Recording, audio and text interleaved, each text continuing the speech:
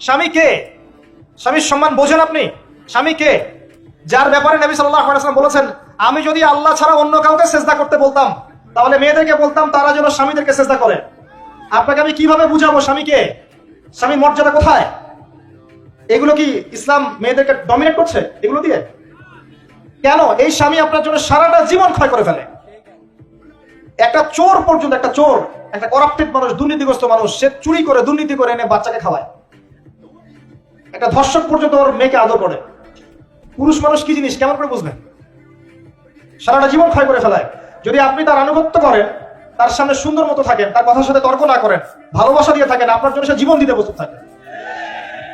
এরকম পুরুষ মানুষ। আপনাদেরকে কেউ চোখ তুলে তাকালে চোখ তুলে ফেলাবে, এরকম পুরুষ মানুষ। আর এখন তো পরিস্থিতি ডিফারেন্ট। বাসায় পুরুষ বাইরের ছেলের সাথে ফোনে প্রেম হয়ে গেছে, পালাই চলে গেছে, বিয়ে করে ফেলছে। দেখবেন বাসায় স্ত্রী আছে, বাইরের মেয়ের সাথে প্রেম করে বিয়ে করা শেষ। বিয়ে করলে সমস্যা নাই, ব্যভিচার করে ফেলছে, বিয়ে সে করতেই পারে, সে যদি সমতা রক্ষা করতে পারে, সেটা তার ডিফারেন্ট ইস্যু, এটা অন্য ইস্যু। তো স্বামীর আনুগত্য আপনাকে কিভাবে বুঝাবো? এটা দাসত্ব নয়। নবী সাল্লাল্লাহু আলাইহি ওয়াসাল্লাম বলেছেন, কোন স্বামী যদি কোন স্ত্রীকে চায়, তার প্রয়োজনের জন্য চায়, মহব্বতের জন্য, স্ত্রী যদি চুলায় রান্না করতে থাকে, ওই রান্না ফেলে দিয়ে তাকে আসতে হবে। হাদিস। রাতের বেলা স্বামী স্ত্রী শুয়েছে, স্বামীর চাহিদা আছে, স্ত্রীর কোনো সমস্যা নাই, স্ত্রী ফিট, ইচ্ছা করে অহেতুক স্বামীকে বললো আমি রাজি না, উল্টা পাশে মুখ করে ঘুমিয়ে গেল। আল্লাহ নবী বলছেন সারা রাত আল্লাহর পক্ষ থেকে একজন ফেরেশতা আসবে, এসে এই নারীকে অভিশাপ দিতে থাকবে। এখন এগুলো হাদিস শুনলে বলবে যে ইসলাম তো মেয়েদেরকে ছোট করছে। একজন মেয়ে তার একজন স্বামীর কথা বলছে, স্বামী তার মেয়ে, তার স্ত্রী, তার মা, তার বোন, সবাইকে তার মিরাসের হক দিতে হয়। একজন মেয়ে তার বাবার সম্পত্তি পায়, কোন কোন ক্ষেত্রে তার ভাইয়ের সম্পত্তি পায়, তার স্বামীটা তো পাই, তার ছেলেটাও, নানি হলেও সম্পত্তির হক আছে।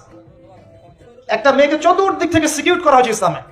তারপরেও কিছু ফ্যামিলিস্টের কারণে এরা বলবে যে মেয়েদেরকে ইসলাম ছোট করছে। হ্যাঁ, মেয়েদেরকে ইসলাম কেন ছোট করছে? কারণ পর্দা করে যে বাইরে বেরোতে বলেছে, ঢ্যাং ঢ্যাং করে নগ্ন হয়ে বেরোতে নিষেধ করেছে, এই কারণে। যদি বলে যে হ্যাঁ ইসলাম আপনাদেরকে ফ্রি মিক্সিং এর স্বাধীনতা দিচ্ছে, আপনারা সবাই ফ্রি মিক্সিং করেন, গেঞ্জি পরেন, টি শার্ট পরেন, স্যান্ডো গেঞ্জি পরে বাইরে ঘুরে বেড়ান, টাইট ফিটিং প্যান্ট পরে বাইরে ঘুরে বেড়ান, সব জায়গায় আপনারা ফ্রি মিক্সিং করেন, পর্ন দেখেন, জেনা করেন, মদ খান, ইসলাম খুব ভালো। তখন তোমাদের জন্য তো ইসলাম নয়, তোমরা জাহান্নামে যাও, আল্লাহর কি আসে যায়? ইসলাম তোমাদের জন্য নয়, তোমরা জাহান্নামে গিয়ে মরো, ইসলামের কিছু যায় আসে না। আল্লাহর ওয়াস্তে পারিবারিক আদর্শের দিকে ফোকাস করেন প্রিয় ভাই। নিজে জাহান্নামের আগুন থেকে বাঁচান, পরিবার বর্গকে বাঁচান, পরিবার একটা পার্ট হচ্ছে আপনার পিতামাতার সাথে খারাপ আচরণ করতে চান না আল্লাহর ওয়াস্তে। সেই ব্যক্তির জন্য ধ্বংস যার পিতামাতা বেঁচে আছে, তাদের হক আদায় করে সে জান্নাতে যেতে পারলো না।